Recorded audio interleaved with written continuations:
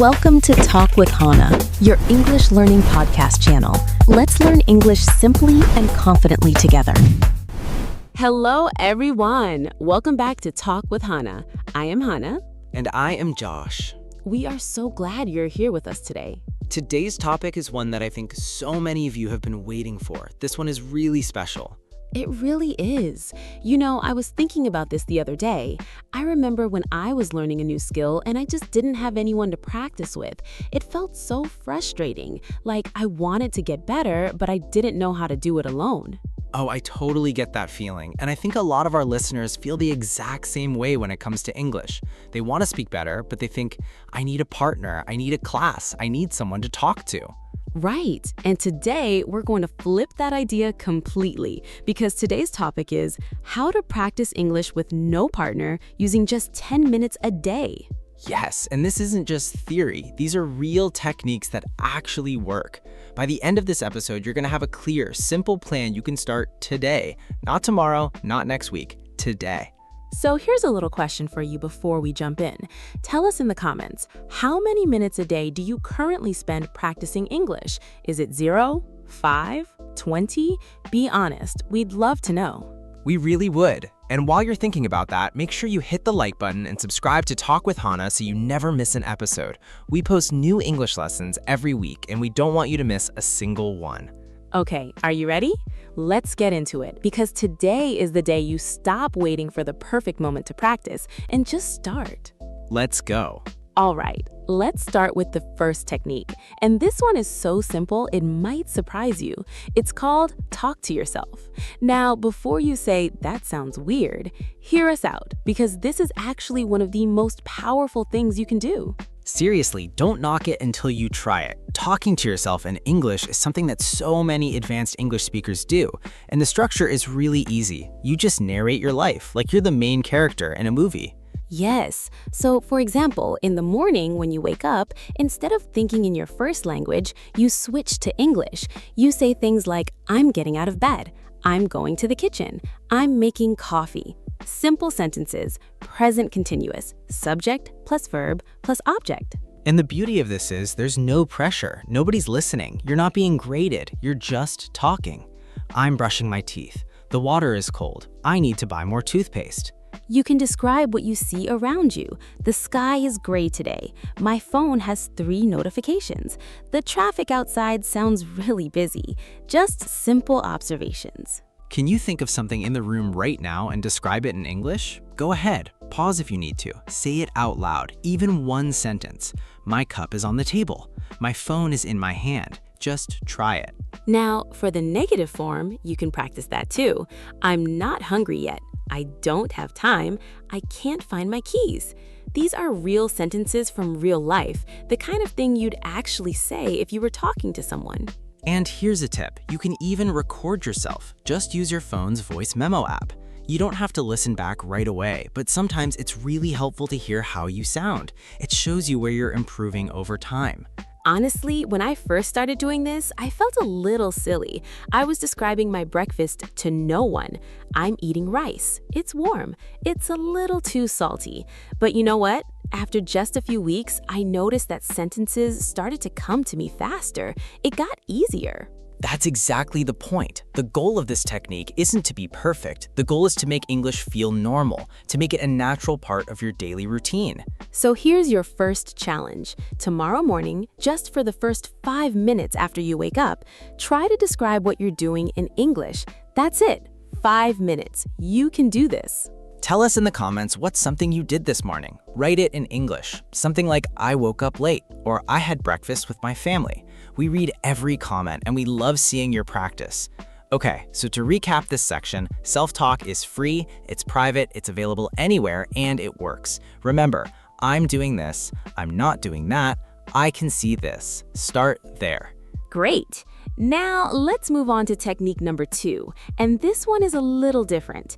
This technique uses something you already love and turns it into an English lesson. We're talking about shadowing. Ooh, shadowing. This is one of my favorites. So shadowing is when you listen to someone speak English and you repeat what they say almost at the same time, like an echo, like a shadow. It sounds harder than it is, I promise. Let me walk you through how it works in real life. First, you pick something to listen to, a podcast, a YouTube video, a scene from a TV show. Ideally something around your level, not too fast, not too slow. Second, you listen once. Just listen. Don't try to repeat yet. Get the meaning, get the rhythm, get the feeling of how the speaker sounds. Third, and this is the key part, you listen again, but this time you repeat out loud right after the speaker, not word for word, but chunk by chunk. I was just thinking, and you repeat, I was just thinking, then the next chunk, about how amazing, and you repeat, about how amazing. Okay, so why does this work? Because you're not just learning vocabulary, you're learning rhythm. You're learning how English actually sounds when a native speaker says it. The pauses, the stress, the connection between words. Formal versus informal, this matters too. If you're shadowing a news anchor, you'll sound more formal. If you're shadowing a YouTuber or a podcast host, you'll sound more casual and natural. Both are useful, just different. And actually, you can shadow this podcast right now. We're speaking at a natural but clear pace, and we use everyday English. So after one of us finishes a sentence, you can repeat it. Try it with us. Here's a quick practice activity. I'm going to say a sentence, and I want you to repeat it after me, out loud, okay? Here we go. I practice English for 10 minutes every morning. Say it. I practice English for 10 minutes every morning. Okay, now try this one. My English is getting better every day. Say it with confidence. My English is getting better every day. How did that feel? That's shadowing. Simple, right? And here's the thing, you only need to do this for 10 minutes. Pick one short video, one podcast clip, one scene, and just shadow it for 10 minutes. That's your whole practice session. Now, I want to hear from you.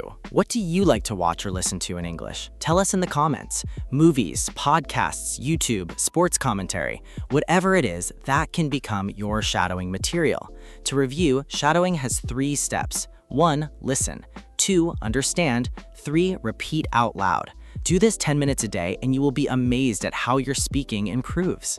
Okay, we're on to technique number 3, and this might be the one that surprises you the most. It's writing, but not the kind of writing you did in school. This is a technique called daily microjournaling. Microjournaling. I love this word, and it's exactly what it sounds like. Every day, you write just a few sentences in English about your day. Not a whole diary entry, not a full essay, just 3 to 5 sentences. That's it.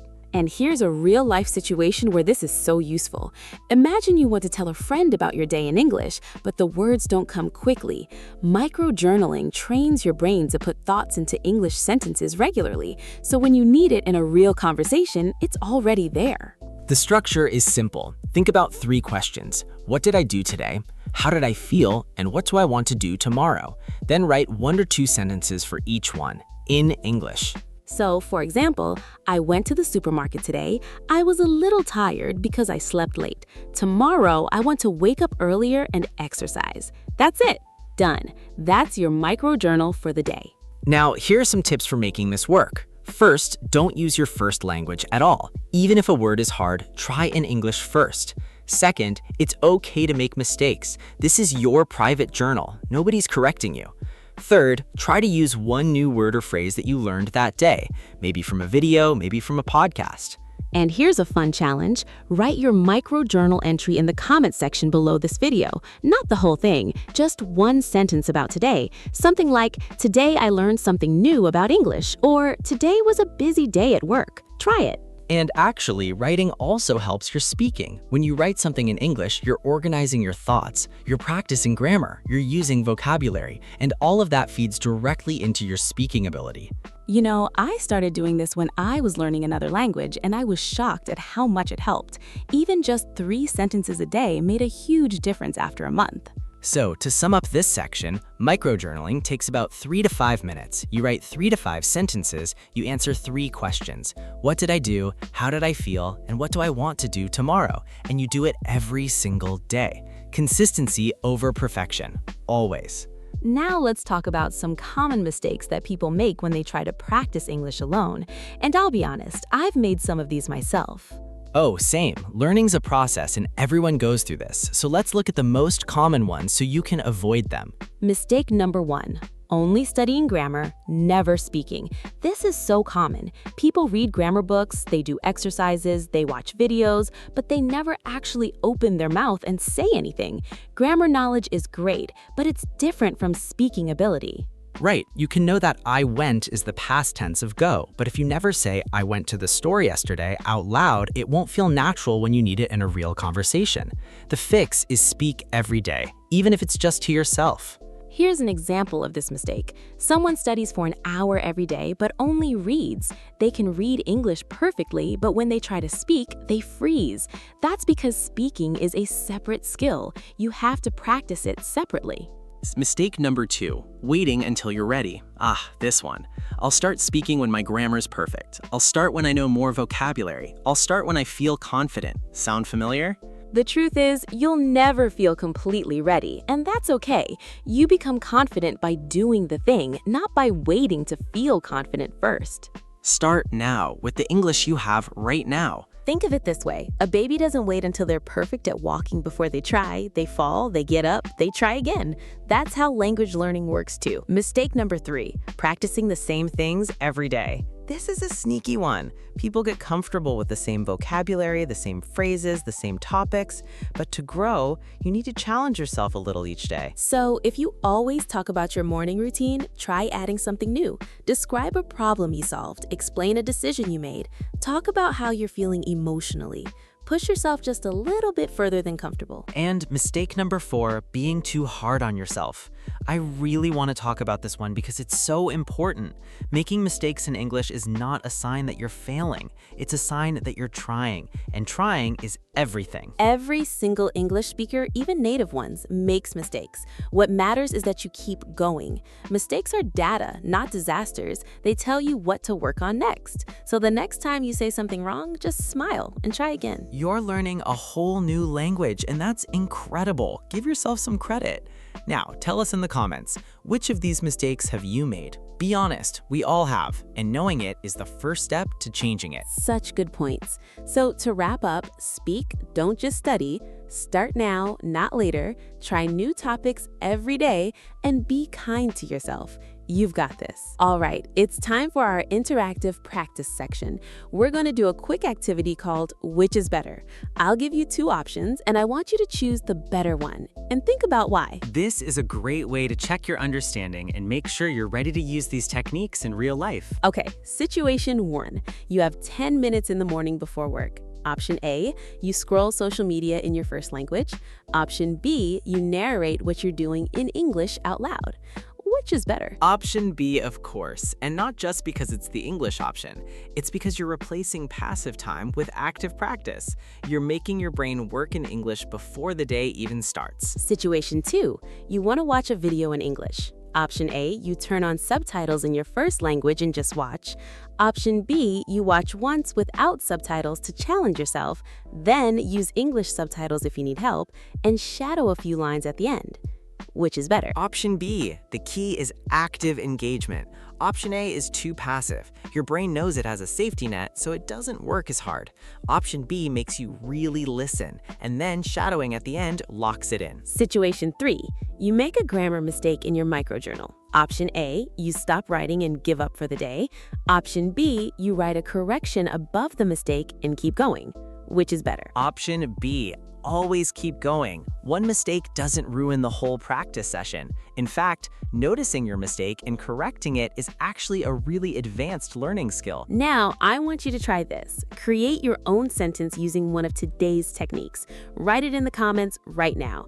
It doesn't have to be perfect, it just has to be yours. And say it out loud, even if no one is around, even if it feels a little embarrassing. Saying it out loud makes it stick in your memory so much better than just reading or writing. Don't just know it, say it. Real conversation starts with your voice, not perfection. Wow, we have covered so much today, and I am honestly so impressed by you for making it to the end of this episode. That already shows that you're serious about your English, and that means a lot. It really does. So let's do a quick summary of everything we covered today. First, self-talk. Talk to yourself in English as you go through the day. Narrate your actions. Describe what you see. Make English part of your daily thinking. Second, shadowing. Listen to natural English, then repeat it out loud, chunk by chunk. Copy the rhythm and sounds of real speakers. Use podcasts, videos, TV shows, whatever you enjoy. Third, microjournaling. Every day, write 3 to 5 sentences in English. What did I do? How did I feel? What do I want to do tomorrow? Simple, consistent, powerful. And remember what we said about common mistakes. Don't just study, actually speak. Don't wait to feel ready, start now. Don't get stuck in the same comfort zone. Keep challenging yourself. And most importantly, be kind to yourself along the way. Here's a question I want to leave you with today. Which of these 3 techniques are you going to try first? Self-talk, shadowing, or microjournaling? Think about it and tell us in the comments. We genuinely want to know. And hey, if this episode helped you even a little bit, please give us a like. It really helps Talk with Hana reach more learners just like you. And if you haven't subscribed yet, do it right now. We don't want you to miss our next episode. Share this with a friend who's learning English because good things are better when you share them. Learning English is a journey, and you don't have to do it perfectly. You just have to keep going. 10 minutes a day, 1 technique at a time, 1 small step forward. That's all it takes. We believe in you, and we're cheering for you every single step of the way. See you next time.